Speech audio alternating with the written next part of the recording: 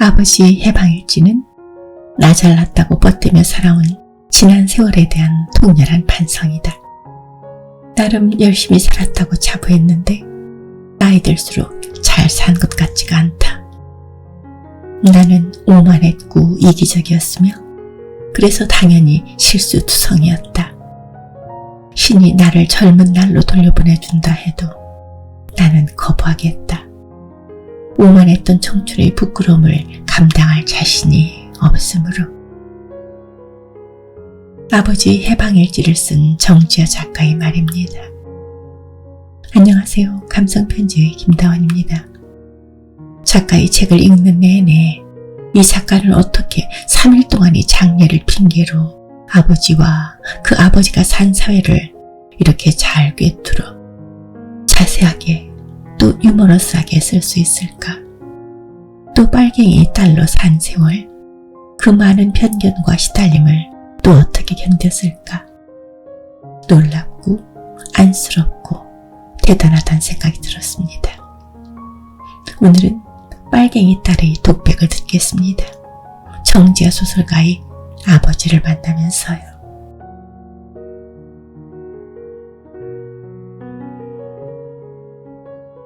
아버지가 죽었다. 평생을 정색하고 살아온 아버지가 전봇대에 머리를 박고 진지 일색의 삶을 마감한 것이다. 만우절이 아니었다. 만우절이라 한들 그런 장난이나 유머가 오가는 집안도 아니었다. 유머라니. 유머는 우리 집안에서 일종의 금기였다. 그렇다고 유머가 없었던 것은 아니다. 누가 봐도 유머일 수밖에 없고 유머여야 하는 순간에도 내 부모는 혁명을 목전에 둔 혁명가처럼 진지했고 그게 사람들의 웃음을 자아냈다. 그러니 우리 집안에 유머가 있었다기보다 혁명을 목전에 둔 진지한 그들의 어떤 행위나 삶의 방식이 유머일 수밖에 없었다는 게 더 정확하겠다. 원인이 어찌됐든 웃기긴 했다. 이를테면 이런 식. 내가 고등학교 다니던 어느 겨울방학이었다. 전직 빨치산이었던 내 아버지 고상옥 씨는 20년 가까운 감옥살이를 마친 뒤 자본주의 중심 서울로 향하지 않고 버스도 다니지 않는, 심지어 전기도 들어오지 않는 고향의 터를 잡았다. 자본주의적인 사회주의를 신봉하는 자가 아직 자본의 맛도 보지 못한 깡촌을 택하다니 이 또한 코미디다. 하지만 독재정권 치하에서 사회주의자가 갈 곳이 어디 있었겠는가. 환갑을 바라보는 나이에 아버지는 초짜 농부가 되었다. 사회주의자로서의 아버지는 제법 근사할 때도 있었으나 농부로서의 아버지는 젬병이었다. 사회주의자답게 의식만 앞선 농부였다. 아버지는 일삼아 새농민을 담독했고 새농민의 정부에 따라 파종을 하고 김을 메고 거름을 주었다. 어머니는 그런 아버지의 농사를 문자농사라고 일축했다.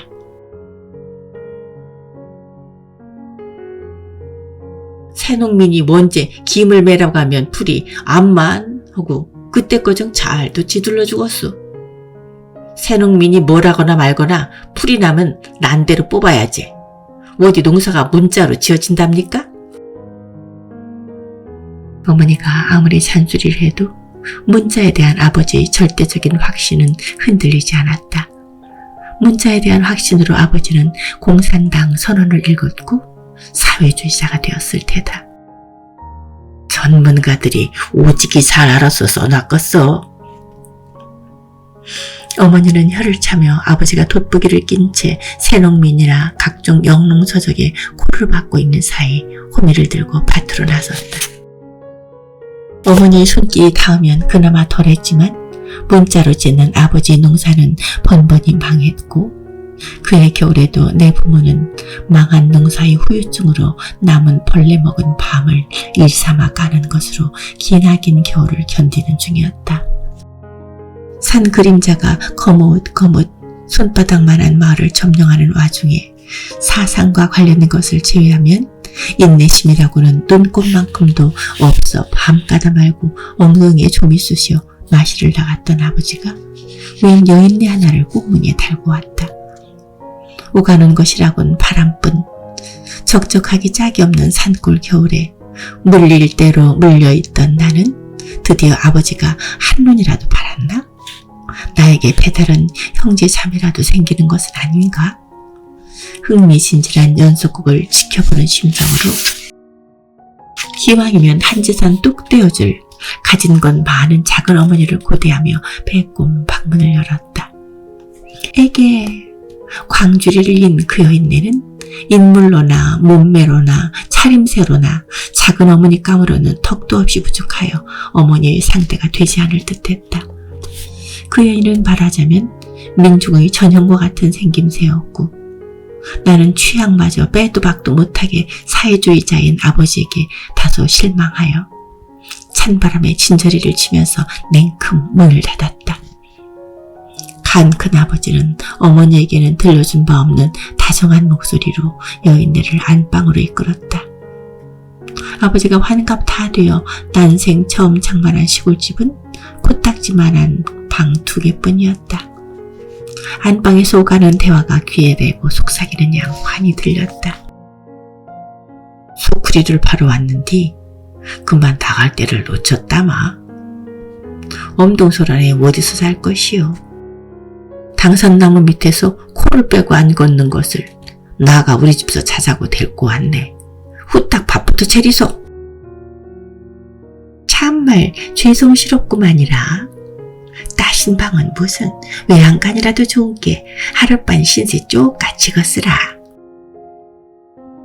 인물은 박색이었으나 박물장수의 목소리는 갓 지은 찰밥처럼 좌르르 윤기가 흘렀다.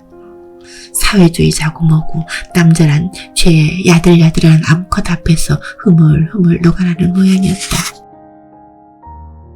안방에 쫑긋 귀를 세운 채 나는 그렇다면 사회주의보다 더 강력한 것은 인간의 본성 아닌가? 지금 생각해봐도 지극히 현실적인 결론을 내 세포에 각인했다. 그러니까 다시 말하면 콩 심은 데 반드시 콩이 나는 것은 아닌 법이다. 뼛속까지 사회주의자인 아버지의 피를 받고 그런 아버지의 교육을 받았지만 나는 어디까지나 현실주의자다. 남들에게는 빼도 박도 못하는 빨치산의 딸이겠지만 외양간은 무신 방이 2개나 되는데 내 집이다 생각하고 편히 쉬시오. 뭔가 후딱 상 안 차리고? 아버지의 후통은 나지막한 신음으로 막을 내렸다. 보나마나 어머니가 아버지의 허벅지를 슬며t 꼬집었을 터였다.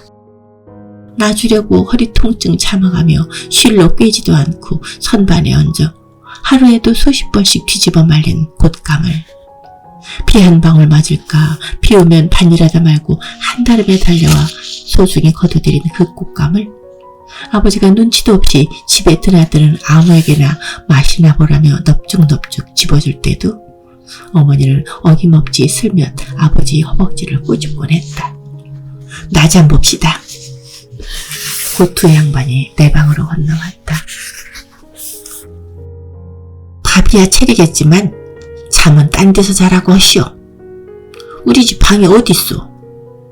아래 성님 댁에 빈 방 많채라. 행여 손님이 들을세라 어머니는 아버지 귓가에 다소곳이 속삭였다. 신기라고 해도 무방할 지경의 예민한 감각으로 국방군이 포위 직전 아지트를 빠져나와 곡성군 당을 살렸다는 전설 속의 혁명가 아버지는 국방군이나 경찰이 포위하지 않는 한 조심성이란 눈꼽만큼도 없어 어머니가 귓전에 속삭이는 의미를 알지 못하고 부르르 진저리를 치면서 귀를 쓱쓱 비비고는 큰소리로 받아쳤다. 우리 집에 방이 왜 없어? 야랑 자면 되자네. 아이고 다 듣겄소. 어디서 사고 댕긴 줄도 모르는 여자를 어찌게 이해하고 지엄대요? 벼룩이라도 묻으면 어쩌려고. 일주일이 멀다고 부엌 천장의 그 흐름을 일일이 숟가락으로 탁탁 긁어내야 직성이 풀리는 깔끔쟁이 어머니는 난 모르는 여인네의 벼룩이 문제였던 것이다. 그런 어머니를 아버지는 근엄하게 내려다보았다. 그리고 이렇게 말했다. 자네, 지리산서 무엇을 위해 목숨을 걸었는가? 민중을 위해서 아니었는가? 저희가 바로 자네가 목숨 걸고 지킬라 했던 민중이요, 민중. 아버지의 눈빛은 누군가 사진으로 그 찰나를 포착했다면 처형 직전의 독립운동가나 학살당한 동지의 시신을 목도한 혁명가라 해도 믿을 만큼 진지하다 못해 비장했다. 내가 풋 웃음을 터뜨리려는 찰나 어머니가 꽁무니를 내리고 조용히 방을 나갔다. 17의 나는 박물장수 하룻밤 재우는 일에 민중을 끌어들이는 아버지나 그 말에 냉큼 꼬리를 내리다 못해 죄의식에 얼굴을 붉히는 어머니나 그때 읽고 있던 까묘의 이방인보다 더 낯설었다. 그날 어머니는 허리가 아파 평소 된장찌개와 김치밖에 내놓지 않던 어머니는 단장에 고이 모셔둔 새 접시까지 총동원하여 당신으로서는 최대한 극진한 식사와 잠자리를 대접했다. 민중에게. 아버지의 민중이 그날 밤 내게 남긴 것은 벼룩이었다. 대신 가져간 것은 석갈에 매달아 놓은 마늘 반접이었다. 나는 한 달 가까이 뿍뿍 몸을 긁으며 민중을 욕하다가 혁명가를 탓하다가 그러다가 불현듯 낄낄 웃음을 터뜨리곤 했다. 사라진 마늘 반접이 내 부모의 진지에 대한 통렬한 배신처럼 느껴진 까닭이었다. 그러나 배신당한 당사자들은 나와 달리 배신이라고는 절대로 생각하지 않았다. 오죽하면 그깟 것을 두고 안타까워했을 뿐이다. 배신당했다고 분해하기는커녕 그렇기 때문에 더욱더 민중이 마늘 반접 따위 훔치지 않고도 배골치 않는 새로운 세상을 꿈꾸었다. 그 박물장수여인 내가 마늘 반접과 맞바꾼 코디브는 죽은 게 오종종한 얼굴 위에 허옇게 두드리고 돈 많은 늙은 영감탱이라도 후리러 출동하지 않았다고. 그 누가 장담할 수 있겠는가. 그러나 내 부모는 그럴 가능성은 꿈에도 생각하지 않는 순수한 사회주의자였다. 물정을 모르는 촌뜨기였다. 돌이켜보면 감옥살이를 마치고 현실로 복귀한 뒤 내 부모의 삶은 일거수일투족이 그랬다. 내 아버지는 정치적으로만 사회자가 아니었다. 시도 때도 없이 사회주의자였다. 말했다시피 초짜 농부인 아버지는 일에 관해서라면 조금의 인내심도 없었다. 풀방울에 쥐든 아들듯 아버지는 시간마다 집에 와 소주 한 잔 마시고 신문을 몇 줄 읽고 다시 밖으로 나갔다. 집에 올 때마다 아버지는 온갖 야생 식물의 씨앗과 먼지와 흙을 몸에 달고 왔다. 어머니는 아버지가 마당에 들어서는 순간 달려나와 옷을 털어라, 양말을 벗어라, 손발을 씻어라 잔소리를 늘어놓았다. 그러거나 말거나 사회주의자답게 담대한 아버지는 바지를 2번 툭툭 털고는 거침없이 방으로 들어갔다.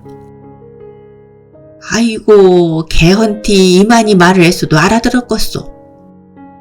옷 털고 손 씻는 것이 무엇이 얼마나 힘들다고 번번이 속을 뒤집는가.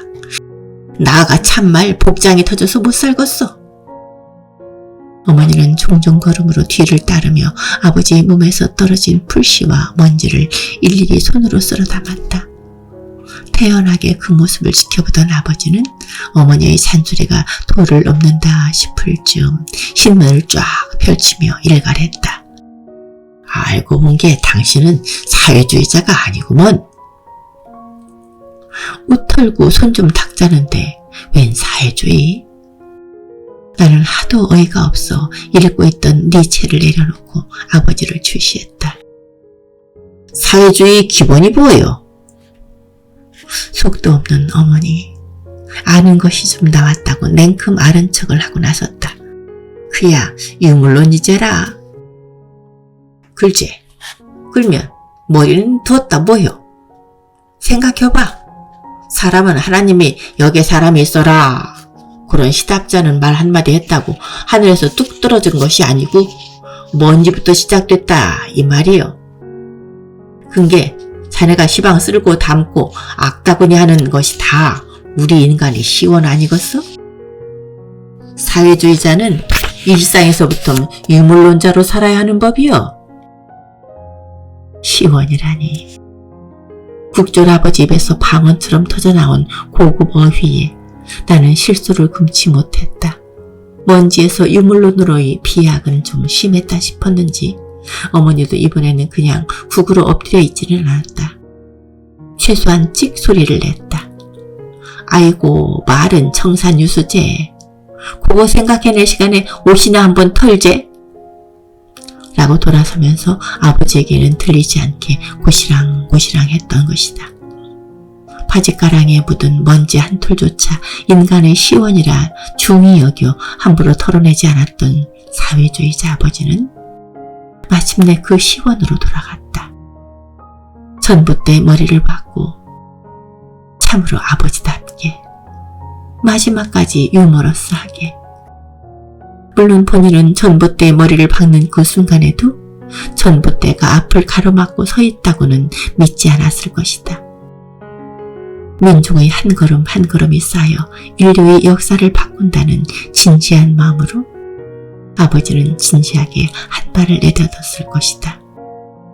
다만 거기 전봇대가 서 있었을 뿐이다. 무심하게. 하필이면 거기. 이런 젠장. 정지여 작가의 아버지 해방일지는 계속됩니다. 읽을수록 용어가 있고 가속이 붙습니다. 아버지 해방일지를 읽은 박혜진 아나운서는 배척과 갈등의 말, 금겨로 여겨온 빨갱이라는 단어는 어쩌면 유령 같은 것일지도 모르겠다. 나는 그 시절을 보낸 이들의 세계를 짐작이나 할 수 있을까? 라고 말했습니다.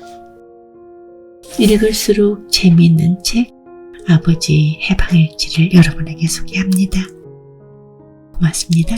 다음 토요일에 뵙겠습니다.